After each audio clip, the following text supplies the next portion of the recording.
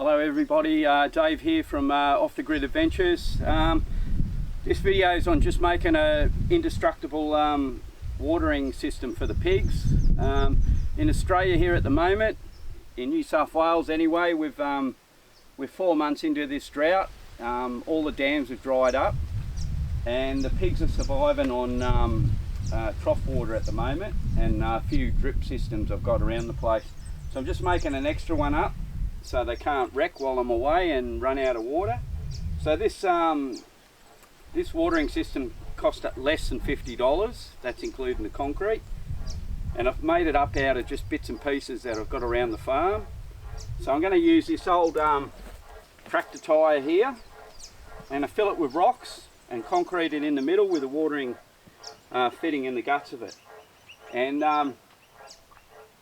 some of the pigs I've got here are really big now.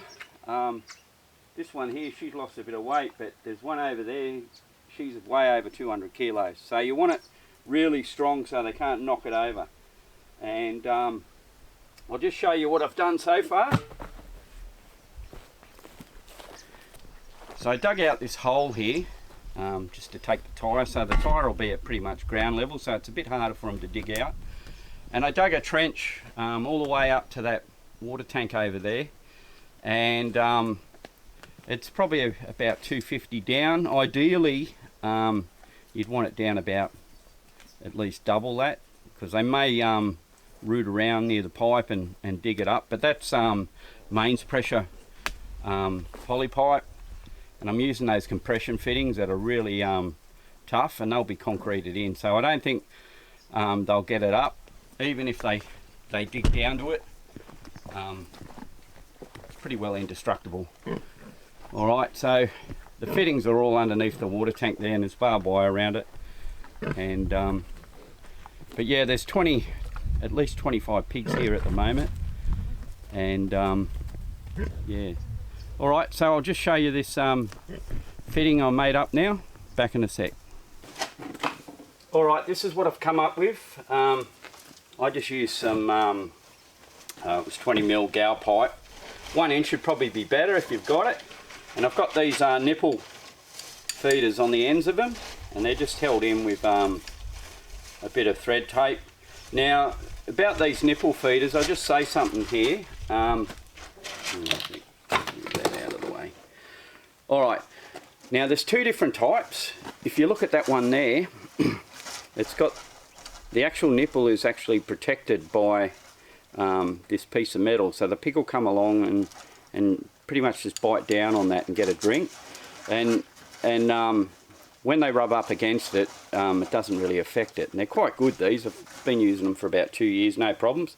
Now I thought I ordered some more online, and typical eBay with the pictures, it's not often you get what you want when it comes in the mail. They sent these ones instead. They're the same thread size, but you've got this exposed nipple, and I reckon they'll rub up against it and end up breaking that plastic cap off. But I'll put one down low for the piglets, and the more stronger one I'll put it up the top. So this is all held together with just what is it, BSP taper. So probably good to put some thread tape on them, and or Loctite, whatever you got. And where is my thread tape? Hang on a sec. Yeah, here's some here actually. So I'll just put some on it. So,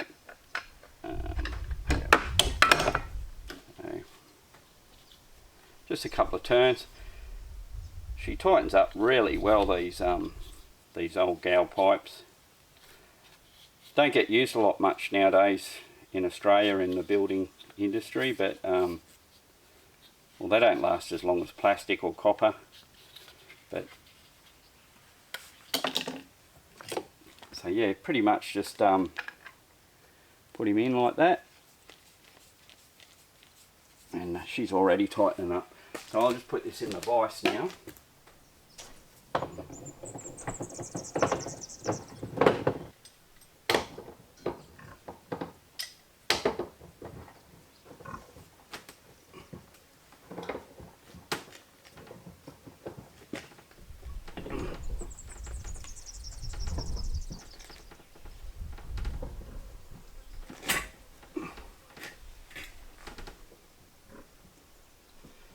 Okay. So that's ready to go. Alright, so let's go back over to the trough now, and we'll connect it all up. Alright, this is going to be a permanent fitting, so once it's on, it's going to be here forever. So these compression fittings are really good.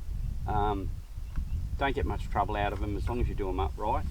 So what I'll do is I'll put him in, and just got to make sure you get it right in, and then tighten him up. If this was mains pressure, I'd do it up with a half a turn with the wrench as well. So I'll just check it for leaks now. Hang on a sec. Can't see any leaks on it. And there that's the bottom one, and that's your top. So plenty of pressure there, and yeah, no, it should work good. All right, let's concrete it in. Oh, also what I'm going to do, I'm going to put a star post down in the concrete as well, and tie it on with some hose clamps. So hang on a sec. That tyre will go in here, like so. All right, and hang on a sec. Now, probably about here, I reckon. Move him over. Down there. Yeah, that's about what you want. Okay. Rammer on here.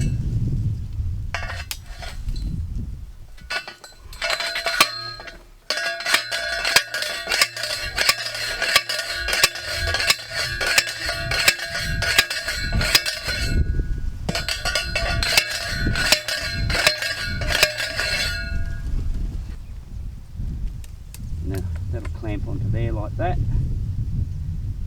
Hang on a sec, I'll just grab the clamps.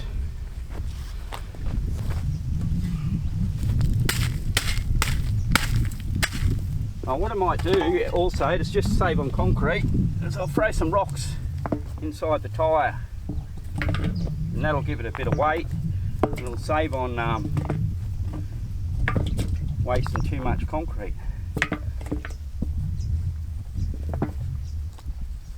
Plenty of rocks around the place.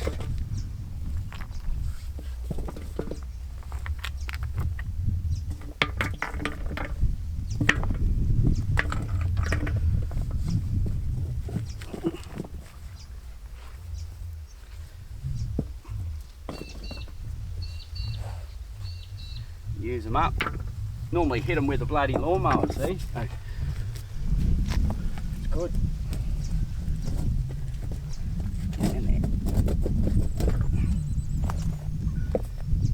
That's probably at least a bag of concrete in weight, maybe more.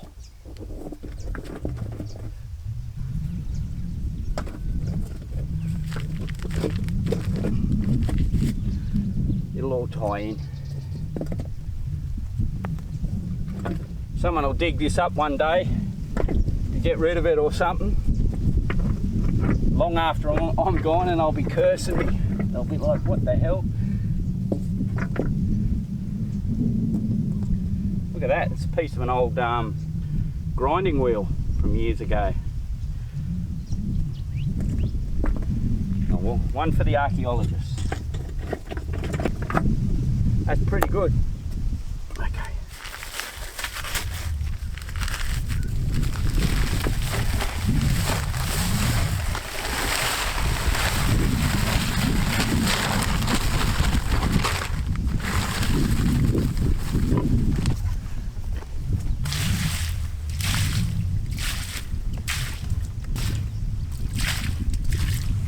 Another one.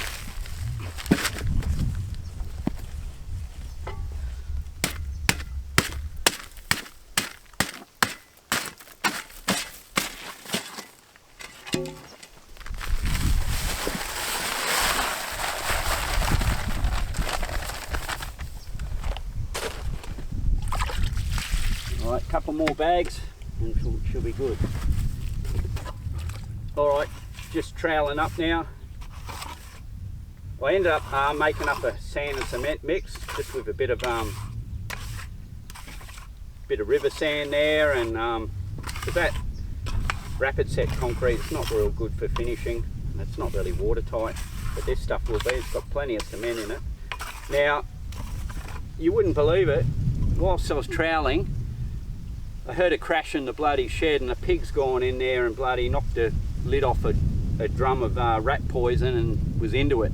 So I ran in there and got the pig out of there, but I think it ate a couple of the bait, so hopefully she survives tonight.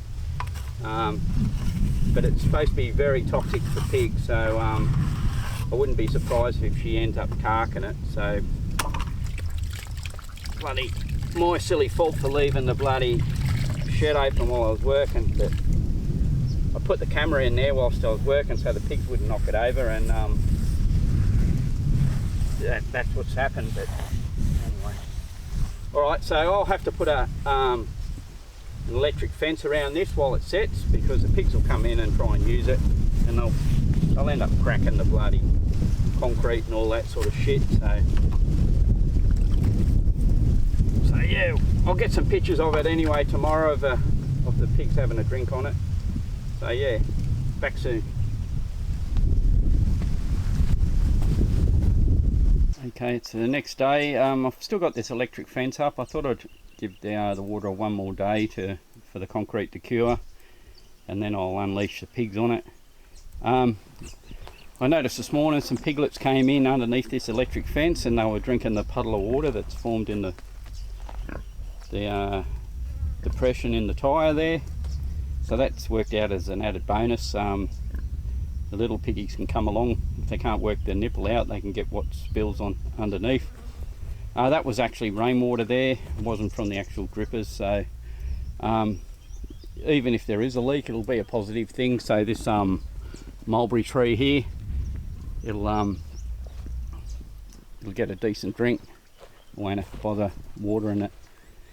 And this piggy here is taking advantage of the shade, and yeah, I'll leave her alone. Pig there's drinking the puddled water, but they haven't got round to the nipple feeder yet.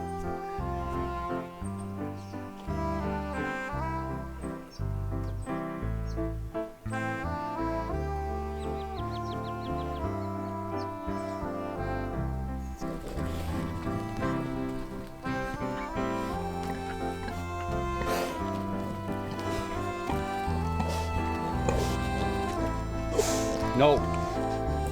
No. No. Get out of it.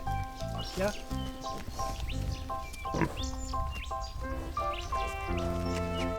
I put some food down there trying to entice them over to it, but we'll see how we go.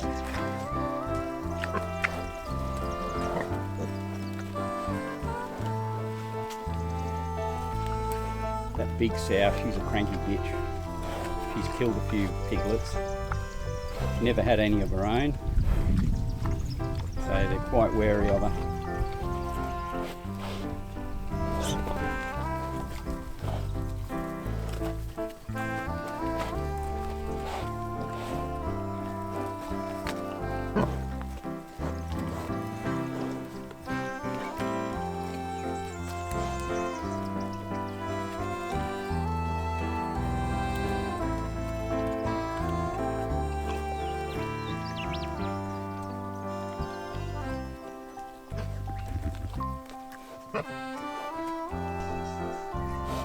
Ah.